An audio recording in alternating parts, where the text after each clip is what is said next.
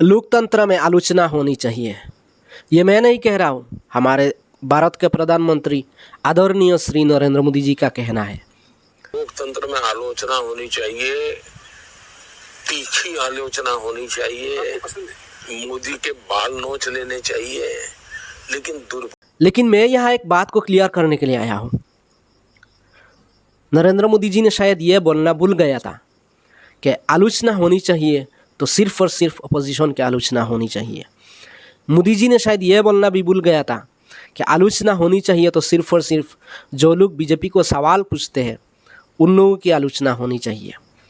मोदी जी ने शायद ये भी बोलना भूल गया था कि आलोचना होनी चाहिए उन लोगों की जो लोग बीजेपी को मतदान नहीं करते।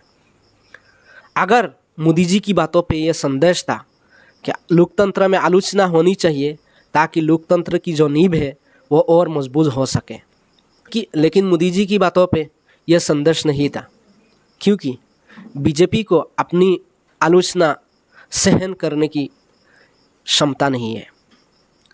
जैसे हम सभी को पता है, हमारे देश के लाखों युवाओं की ज़िंदगी के साथ खिलवाड़ किया गया है।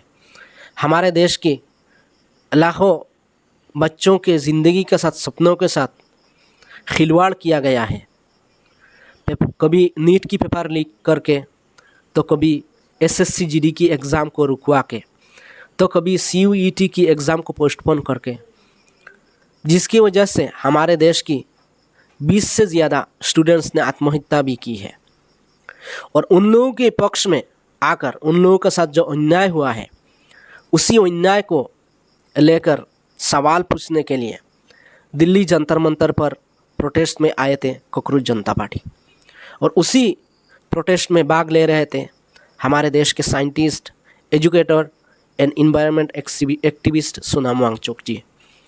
सोनाम वांगचुक जी 20 दिन से दिल्ली जंतर मंतर पर हंगर स्ट्राइक में थे, और 20 दिन जब उनका पूरा हुआ हंगर स्ट्राइक में, तब दिल्ली पुलिस ने आकर उनको घसीट कर लेके गया। एक बुजुर्ग आदमी को जंतर मंतर से घसीट कर लेके गया, मानो किसी क्रिमिनल्स को लेके जा रहे हैं वो लोग। और जब उनको लेके गया वहाँ से, तब हम क्या एक्सप्लेनेशन दिया गया है कि हम लोग सोनाम वांगचुक जी को हॉस्पिटल लेके जा रहे हैं क्योंकि उनका तबीयत इतना अच्छा नहीं है। इतनी अगर हमदर्दी सोनाम वांगचुक के लिए है तो थोड़ा सा हमदर्दी हमारे जिस 20 बच्चों ने आत्महत्या की है उन लोगों के लिए भी थोड़ा हमदर्दी दिखा देते। इतनी अगर हमदर्दी है तो सालों से मणिपुर जल रहा है, जहाँ पर लाखों जनता सड़क पर आ गए हैं। थोड़ा सा हमदर्दी मणिपुर के लोगों के लिए भी दिखा देते। इतनी अगर हमदर्दी है तो थोड़ा सा हमदर्दी किसानों के लिए दिखा देते, जो लोग साल भर साल आत्महत्या करते आए हैं। इतनी अगर हमदर्दी है तो करवा देते धर्मेंद्र प्रधान की रिजिग्नेशन। बच्चे लोग वही तो मांग रहे थे ना। सोनाम वांगचुक जी एक बुजुर्ग आदमी है जिन्होंने हंगर स्ट्राइक पर बैठे थे। उन्होंने क्या मांगा था? सिर्फ और सिर्फ रिजिग्नेशन ऑफ धर्मेंद्र प्रधान। इतनी अगर हमदर्दी है तो जब वह लोग जंतर मंतर से पार्लियामेंट में मार्च हो रहे थे, तब पुलिस ने उन लोगों पर क्यों लाठीचार्ज और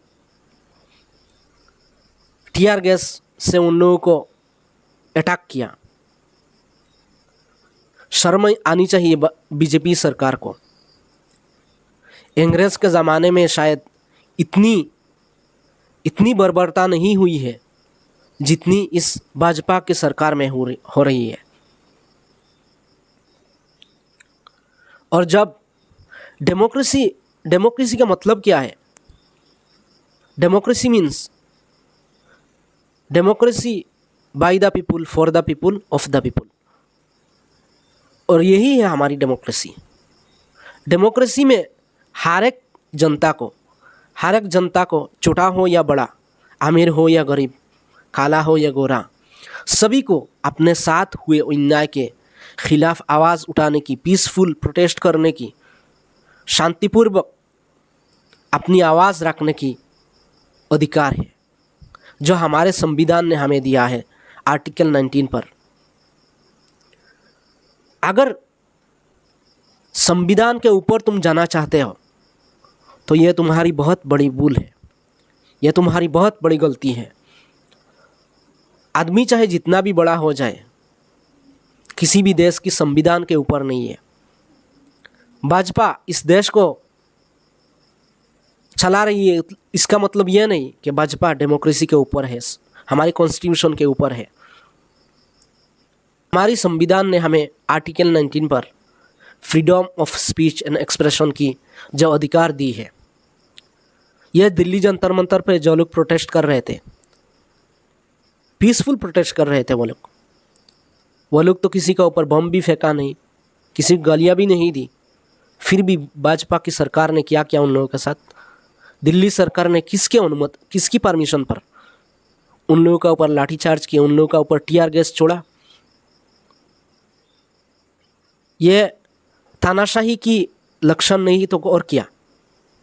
एक डेमोक्रेटिक कंट्री में किसी भी इंसान को अपने साथ हुए अन्याय के खिलाफ आवाज़ उठाने की अधिकार है। लेकिन हमारे यहाँ जो भी भाजपा के खिलाफ बोलेगा वही लोग देशद्रोही है, यही लोग देश को टुकड़ा टुकड़ा करने की साजिश कर रहे हैं। हमारे देश में अभी भी भगत सिंह के फॉलोअर्स हैं, हमारे देश में अभी भी महात्मा गांधी जी को फॉलो करने वाले लोग हैं, और यही लोग दिल्ली जंतर मंतर पर हंगर स्ट्राइक कर रहे थे। हमारे देश में कुछ लोग अभी भी ऐसे हैं जो लोग नाथुराम गोडसे को फॉलो करते हैं, जो लोग दिल्ली जंतर मंतर पर बैठे हुए प्रोटेस्ट करते हुए लोगों के ऊपर हमला किया, वही लोग नाथुराम गोडसे को फॉलो करने वाले लोग हैं। मैं हमारे समाज की, हमारे देश की जितने भी आम जनता है, उन लोगों से एक ही अपील करना चाहता हूँ, और कितने दिन हम अपनी ज़मीर को सुलाए रखेंगे, और कितने दिन हम ऐसी डरपोक की ज़िंदगी जिएंगे कि हमारे 20 बच्चों ने अब तक आत्महत्या भी की है, लेकिन हम अभी भी खामोश हैं कुछ लोग। और कितने दिन हम ऐसे, जब हमारे अपनों के साथ ऐसा हो जाएगा तब क्या हमारी आंखें खुलेंगे? इसीलिए मैं सभी से ये अपील करता हूँ कि आवाज़ उठाइए, वरना किसी न किसी दिन ये काले अंग्रेज़ हमारे आवाज़ें भी छीन लेंगे हमसे। आज हमारे 20 बच्चों ने आत्महत्या की है, लाखों युवाओं की ज़िंदगी के साथ खिलवाड़ किया गया इसी भाजपा की सरकार के द्वारा, लेकिन कुछ लोग अभी भी खामोश हैं। किस लिए? क्या आप उसी दिन का इंतज़ार कर रहे थे कि जब हमारे किसी अपनों के साथ ऐसा हो जाएगा तब हम अपनी आवाज़ उठाएंगे? आज सोनाम वांगचुक जी हमारे देश की युवाओं के साथ जो अन्याय हुआ है उनके लिए आज दिल्ली जंतर मंतर अपनी जान की परवाह ना करते हुए इस भ्रष्ट और लापरवाह एजुकेशन सिस्टम से लड़ रहे हैं। आज अगर आप और मैं अगर सोनाम वांगचुक जी के साथ खड़ा नहीं हो पाए, उनको अगर हमने खो दिया, तो किसी ना किसी दिन हमारे बच्चों के साथ जब दोबारा ऐसा होगा तब कोई आवाज़ उठाने वाले बंदा हमें नहीं मिलेगी।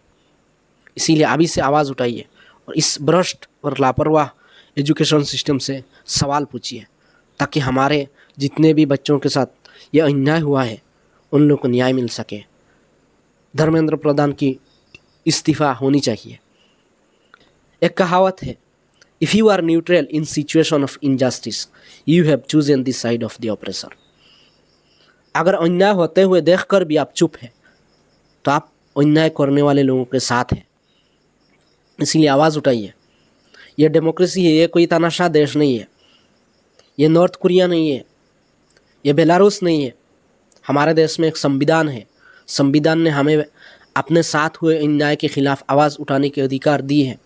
इसीलिए आवाज़ उठाइए और मत बैठिए ऐसा। और कितने दिन हम चुप रहेंगे? अगर मेरे जैसा छोटा आदमी भी आवाज़ उठा सकता है तो आप लोग क्यों नहीं उठा सकते? आवाज़ उठाइए और हमारे देश की जो लोकतंत्र है उसको ज़िंदा रखिए। वंदे मातरम, जय हिंद।